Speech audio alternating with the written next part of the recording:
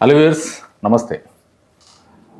తెలంగాణలో జరుగుతున్న ఇష్యూ గురించి ఇప్పుడు ఒక పార్టీ నుంచి ఒక పార్టీ గెలిచి ఒక పార్టీ ఓడిపోయిన తర్వాత గెలిచిన పార్టీ వాళ్ళు ఓడిపోయిన పార్టీ మీద అంటే నాయకులపైన కానీ ఎమ్మెల్యేలపైన కానీ వీళ్ళందరిపైన కక్ష సాధింపు చర్య అనుకోవచ్చు, లేకుంటే వాళ్ళు ఎదుటి వాళ్ళు చేసిన వాస్తవాలు అవాస్తవాలు తప్పు ఒప్పుల గురించి తప్పు చేశారంటే శిక్ష తప్పదనుకోండి, తప్పించుకోవడానికి ప్రయత్నం చేసేవాళ్ళు వీటన్నిటి గురించి మాట్లాడుకునే సందర్భంలో నిజ నిజాలు బయటపెట్టే ఒక చిన్న అంశాన్ని ఈరోజు నేను లేవనెత్తడం జరిగింది.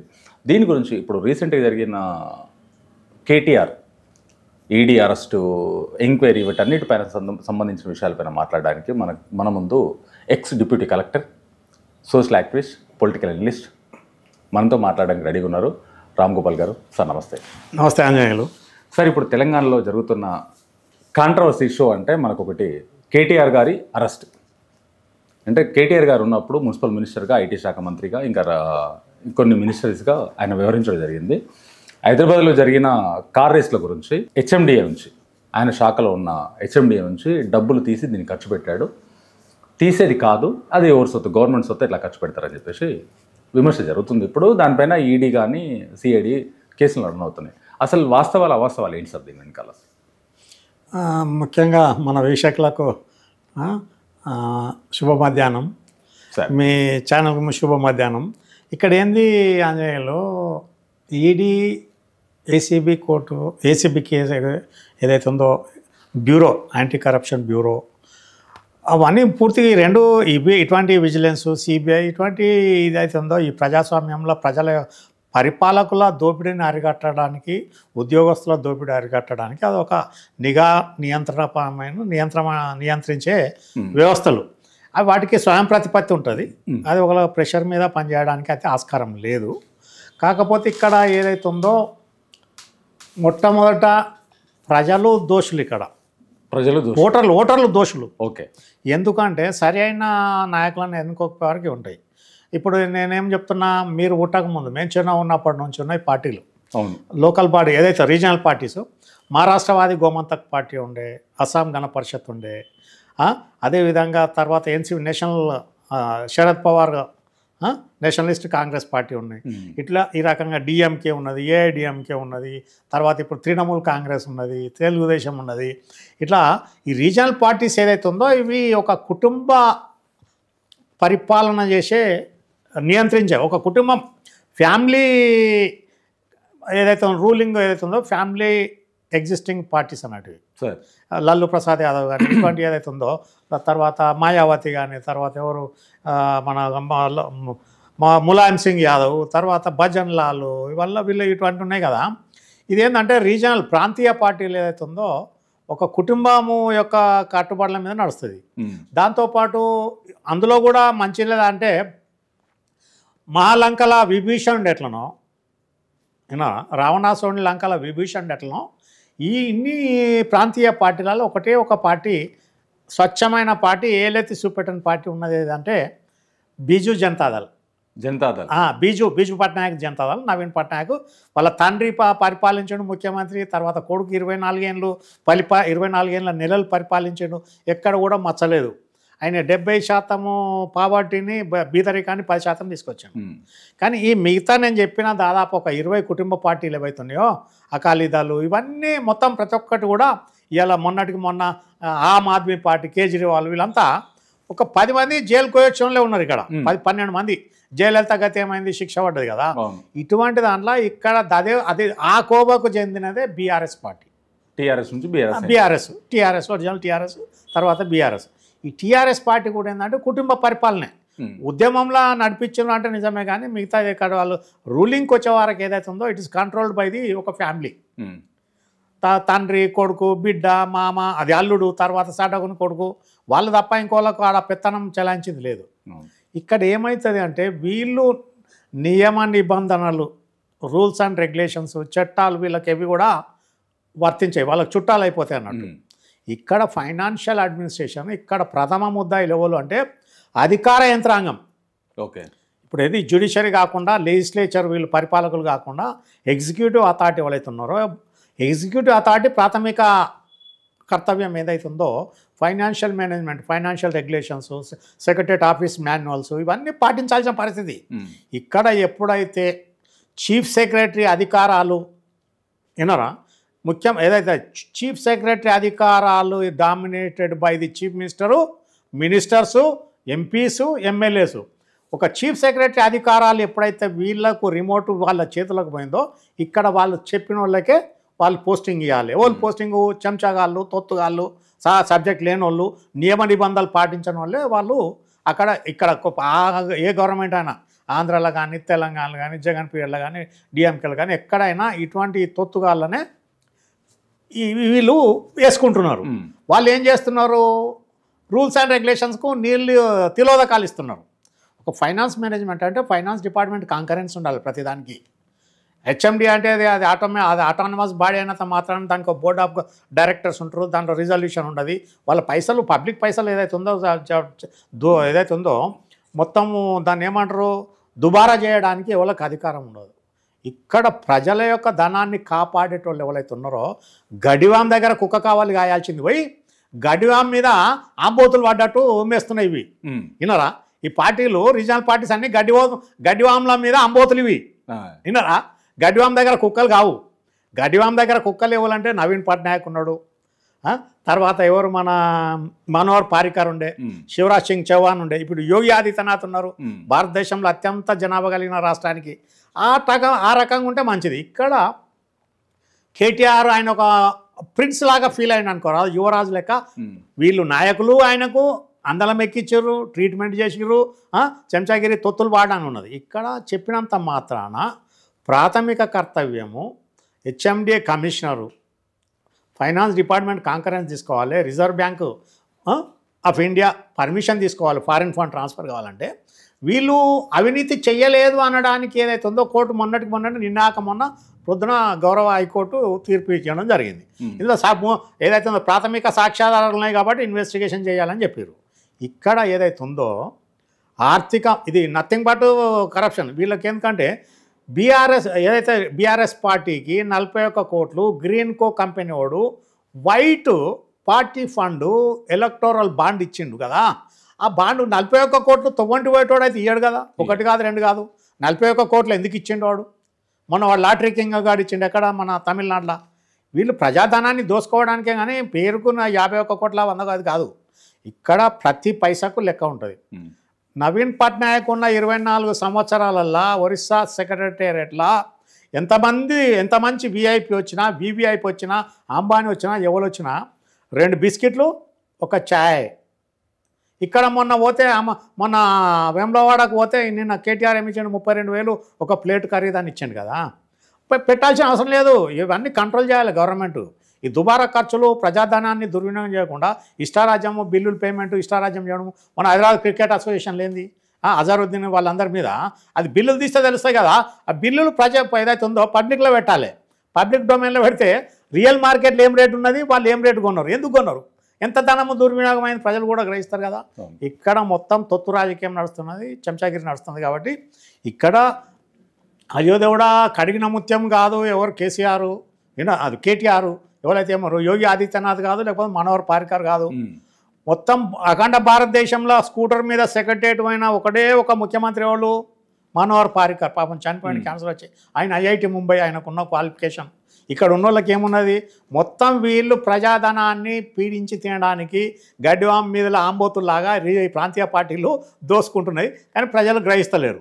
ఇక్కడ ఏదైతే ఉందో ప్రథమ ముద్దాయి ఆయన ఇవాళ స్టేట్మెంట్ ఏముంది, అరవింద్ కుమార్ బిఎల్ఎన్ రెడ్డో డిఎల్ఎన్ రెడ్డో చీఫ్ ఇంజనీరు ఆయన చెప్తే చేసినామంటే ఆయన గాడిదలు గాయమంటే గాడిదలు కాస్తారా, ఆయన మర్డర్ చేయమంటే చేస్తారా? అరే నీకు నీ రూల్స్ ఏం చెప్తున్నాయి, నీ ఫైనాన్షియల్ రూల్ ఫైనాన్స్ ఏదైతే ఉందో మాన్యువల్ ఏం చెప్తుంది, ఫైనాన్స్ రెగ్యులేషన్స్ ఏం చెప్తున్నాయి, ఫైనాన్స్ డిపార్ట్మెంట్ ఏం చెప్తున్నది, అది చూడకుండా మేము ఆయన చెప్తే చేసినామంటే ఏం చేయమంటే అది చేస్తారా? కొన్ని భూమి రాసిమంటే రాసిస్తారా? ఇక్కడ ప్రథమ ముద్దాయి వీళ్ళు. దునియా చెప్పని నువ్వు పాటించాల్సింది ఏంది, నీకు చట్టం ఏంది, రూల్స్ ఏంది, నియమేంది పాటించాలి. అంతేగాని ఆయన చెప్తే మేము చేసామని ఒక IAS officer, senior IAS officer బుద్ధి జ్ఞానం ఉండాలి. అది ఆ స్టేట్మెంట్ ఇవ్వడానికి కూడా ఆయన చెప్తే మేము చేసినామన్న దానికి. అంటే నువ్వు చెంచాగిరి చేయని కాడు ఉన్నావు, అది చేసినావు అంతే కదా. అది తప్పది అరవింద్ కుమార్ది. బిఎల్ఎన్ రెడ్డిది కూడా తప్పు. అరే నువ్వు నీ జీతము నీ లెక్క ఉంటుంది కదా, నువ్వు బతకాల్సింది నీకు న్యాయబద్ధంగా చట్టపరంగా వచ్చే జీతమే కదా, జీతాలు భత్యాలు. అది ఆడి కాకపోతే ఇంకో జాగ్రత్త పోతే నీకు జీతం ఇయ్యరా? ఇస్తారు. నువ్వు ఆనెస్ట్ అయితే నిజాయితీ పడిన అయితే అదే కుర్చీకి అంటు పెట్టుకొని ఉండాల్సిన అవసరం లేదు కదా, చెంచా గురించి చేయాల్సింది కదా. ఇక్కడ పరిపాలకులు ఏంటంటే ప్రతి ఒక్కడు ఈ గత 40 ఏళ్ళ ఎన్టీ రామారావు పీరియడ్, చెన్నారెడ్డి పీరియడ్కి వెళ్ళి మొదలు పెడితే సెక్రటేరియట్ల చీఫ్ సెక్రటరీ పవర్స్ అన్ని వీళ్ళు హైజాక్ చేసారు. ఓకే, ముఖ్యమంత్రి ఏదైతే ప్రధాన చీఫ్ సెక్రటరీకి ఉన్న అధికారాలను వీళ్ళు హైజాక్ చేసి రిమోట్ పెట్టుకొని వాళ్ళు చెప్పిన వాళ్ళకు నడిపిస్తున్నారు. ఇక్కడ ప్రథమ ముద్దాయిలు ఈ అరవింద్ కుమార్ నిల్చుంటాడు, బిఎల్ఎన్ రెడ్డి ఉంటాడు. ఎందుకంటే హెచ్ఎండిఏకి ఏం సంబంధం, ఎట్లా ట్రాన్స్ఫర్ చేస్తారు? ఫైనాన్స్ డిపార్ట్మెంట్ కాంకరెన్స్ ఉండాలి. ఒకటి కాదు కదా, కోట్ల రూపాయలు అంటే మామూలు కాదు కదా. మేము గజిటెడ్ ఆఫీసర్లో డే 1 నుంచి పనిచేసినాము.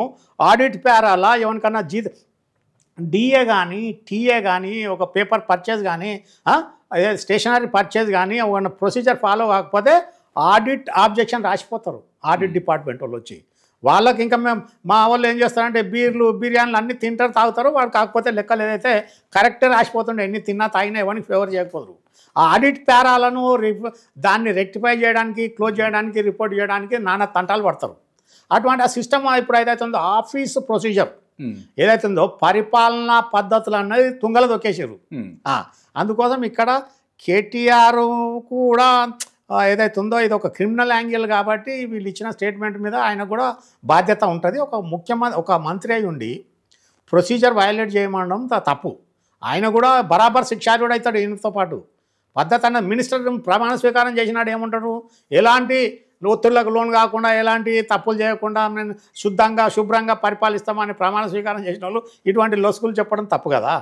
ఇట్లా చాలామంది ఎంతమంది ముఖ్యమంత్రులు పోయిండు. ఇప్పుడు మొన్న కేజ్రీవాల్ పోయిండు, జయలలిత పోయింది, మధు కూడా పోయిండు, శిబు సోరెన్ పోయిండు, లల్లు ప్రసాద్ యాదవ్ పోయిండు జైలుకు, తర్వాత భజన్ లాల్ పోయిండు.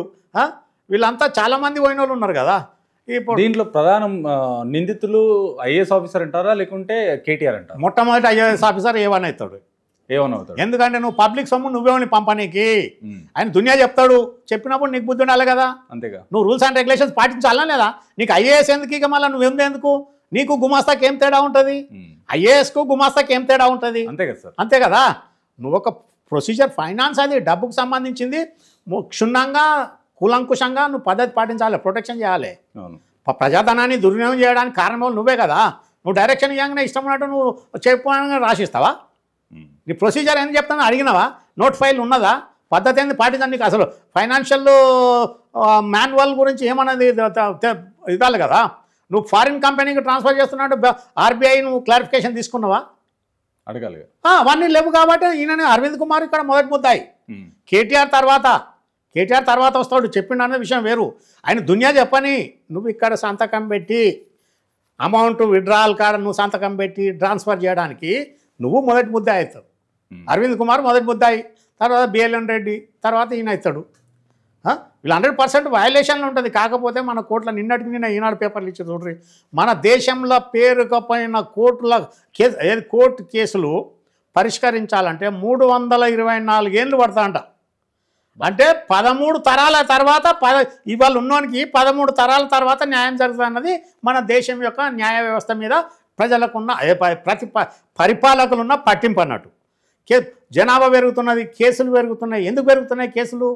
దానికి కారణం ఏంది? ఎక్కడ అరికట్టాలి, ఎట్లా పరిష్కరించాలి, దానికి తగ్గట్టు కోర్టులు పెంచాలి, ఇన్ఫ్రాస్ట్రక్చర్ పెంచాలి, స్టాఫ్ను పెంచాలి, జడ్జిలను పెంచాలి, ఒక జడ్జి కూడా మానవ మాతోడే కదా. ఒకరోజు ఎన్ని జడ్జిమెంట్లు రాయగలుగుతాడని తింపి కొడితే 20 రాస్తే ఎక్కువ. ఆయనకు 100 కేసులు ఫైల్ అయినాక ఏం చేస్తాడు? ఆయన పోస్ట్పోన్ అడ్జర్న్మెంట్ చేస్తాడు. తలకు మించిన తప్పులు ఒప్పులు దొరుకుతూ ఉంటాయి. దానికి ఇక్కడ ఈ కేసుల మీద ఎక్కడ మూలం, ఎక్కడ కేసులు కావద్దంటే మూలం ఎక్కడ? ఇప్పుడు ఉదాహరణకి ఇదే కేసు, ఇవాళ కేసు కావద్దంటే మూలం ఎక్కడ? అరవింద్ కుమార్. నువ్వు ఎందుకు ట్రాన్స్ఫర్ చేసినావు? అంతేగా. ఒకవేళ నువ్వు నిజాయితీ పాఠమైందా లీవ్ పెట్టుకోవాలి, నేను చెయ్యని చెప్పాలి, నోట్ ఫైల్ మీద ఆబ్జెక్షన్ రాసి పంపాలి. నిన్ను ఉంచుతారు, తీసేస్తారు కదా. నువ్వు ఐఏఎస్ ఆఫీసర్ని రాష్ట్ర ప్రభుత్వము తీసేయడానికి అధికారం ఎక్కడ ఉంటుంది? ఎందుకు ఏముందో ట్రాన్స్ఫర్ చేయడానికి ఉంటుంది. సరెండర్ చేయొచ్చు గవర్నమెంట్ ఆఫ్ ఇండియాకు. సరెండర్ చేయాల్సిన పరిస్థితి కాదు కదా ఇక్కడ. ట్రాన్స్ఫర్ చేయాలి నువ్వు. ట్రాన్స్ఫర్ ఎక్కడ నువ్వు అది ఎక్కడ కూడా ఈయన నిజాయితీ పరులు ఏదైతే ఉందో ఇంటి దొంగలు ఎక్కువైపోయారు. ఉమ్. గతంలో ఎప్పుడు అలెగ్జాండర్ దండయాత్ర కాడ మొదలు పెడితే ఇప్పటిదా కూడా ఇంటి దొంగలే మొత్తున్నారు. సార్ దీంట్లో పడితే ఎవరెవరు కేసులు పడే అవకాశం ఉందంటారు?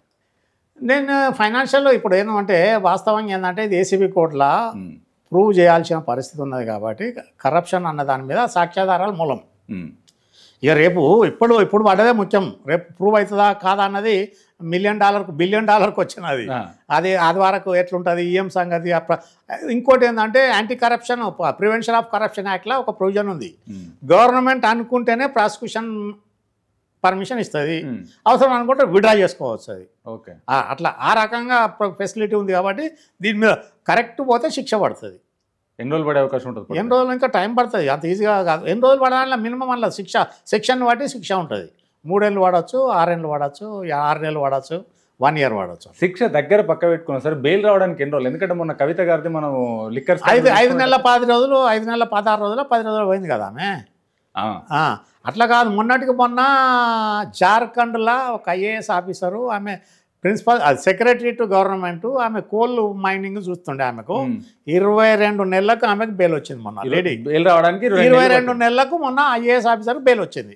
వీళ్ళకు ఈ ఐఏఎస్ ఆఫీసర్కి అండ్ పడితే కేటీఆర్ గారికి ఎన్ని నెలల తర్వాత బెయిల్ వచ్చే అవకాశం ఉంటుంది? ఇక పడితే అన్న దాని మీద ఎట్లుంటుంది అంటే, ఇప్పుడు మొన్నటికి మొన్న అల్లు అర్జున్ది చూసినాము, 24 గంటల లోపలనే బెయిల్ వచ్చింది కదా. 6 గంటల బయటకు వచ్చి 6 గంటల్లో బయటకు వచ్చిండు. రాత్రి ఏదో బెయిల్ అదే టైంలో జరగకపోతే లేట్ అయింది కాబట్టి ఇక బెయిల్ అనుకుంటే ఏమున్నది, వడ్డించేటోడు మనోడైతే ఎప్పుడైనా వస్తుంది. అట్లా అంటారా? అంతే కదా, వడ్డించేటోడు మనోడైతే బెయిల్ వస్తుంది. కోర్టు కూడా ఈయన సుప్రీంకోర్టు పోయినా అంతేం లేదు. మన హైకోర్టు అయితే ఇక్కడ ఇవ్వలే కదా. ఆయన క్లియర్గా చెప్పారు జడ్జి, ఎవరైతే హైకోర్టు జడ్జి, ప్రాథమిక సాక్ష్యాధారాలు ఉన్నందున ఇది నీ క్వాష్ పిటిషన్ అలో చేయబడదు, డిస్మిస్ చేసేసాను. అవును. అంటే అందులో నేరారోపణలో ఉన్నట్టున్నాయి కదా. అదొకటి. నువ్వు నిమిషానికి 5 లక్షల ఫీజులు ఇప్పించే తీసుకుని అడ్వకేట్లను తీసుకొచ్చి పెట్టడం అన్న దాని మీద నీకు డబ్బు అడగోలు ఉంటేనే కదా. అంతే కదా. ఎక్కడికి వెళ్ళి వచ్చింది డబ్బు? ప్రజాధనం దోసుకున్నది. కాకపోతే నువ్వు మొట్టమొదలు లెక్క వేయడం నీకు 2004లో నీ ఎలక్షన్ అఫిడేవిట్లు ఎంత, 9లు ఎంత, 14లు ఎంత, 18లు ఎంత, 24లు ఎంత, ఇవన్నీ చూస్తారు కదా. అవన్నీ ప్రజలకు తెలియదు కాబట్టి ఇక్కడ ఏంటంటే ప్రజాప్రభుత్వం ప్రాంతీయ పార్టీల చేతులు ఉన్న రోజులు ఈ దోపిడీ అన్నది జరుగుతూనే ఉంటుంది. దీన్ని ఎవడు అరిగట్టడం లేదు. అదే ఇప్పుడు ఫర్ ఎగ్జాంపుల్ బీజేపీ గవర్నమెంట్ చూసుకుందాం. బీజేపీ గవర్నమెంట్లో దుబారాల మటుకైతే మోడీ ఉన్నంత మటుకు ఎక్కడ దుబారాలు జరిగిన దాఖలాలు అయితే కనిపిస్తలేవు. వాళ్ళు ఎవరిని ఎంటర్టైన్ చేస్తలేరు. ఆ రకంగా ప్రజలను ఫండింగ్ అనేది కూడా లేదే వాళ్ళని ఇచ్చేటోళ్ళు ఉంటే కంపెనీస్ ఎలక్షన్ బాండ్ ఇవ్వచ్చు, ఏదైనా ఉండొచ్చు. అది పెద్ద టాప్ లెవెల్లో ఏదన్నా అన్న విషయం వేరు. కానీ ఇక్కడ ప్రాంతీయ పార్టీలు ప్రజలు గుర్తుపెట్టుకోవాలి. అధికారం అప్పచెప్తే ఆంబోతులు గడివా మీద పడతాయి. వినరా? అంతే. అదే బీజేపీ గవర్నమెంట్ అటువంటి వానికి అప్పచెప్పిన అనుకో, గడివాం దగ్గర కుక్క కావాలిగా వస్తారు వాళ్ళు.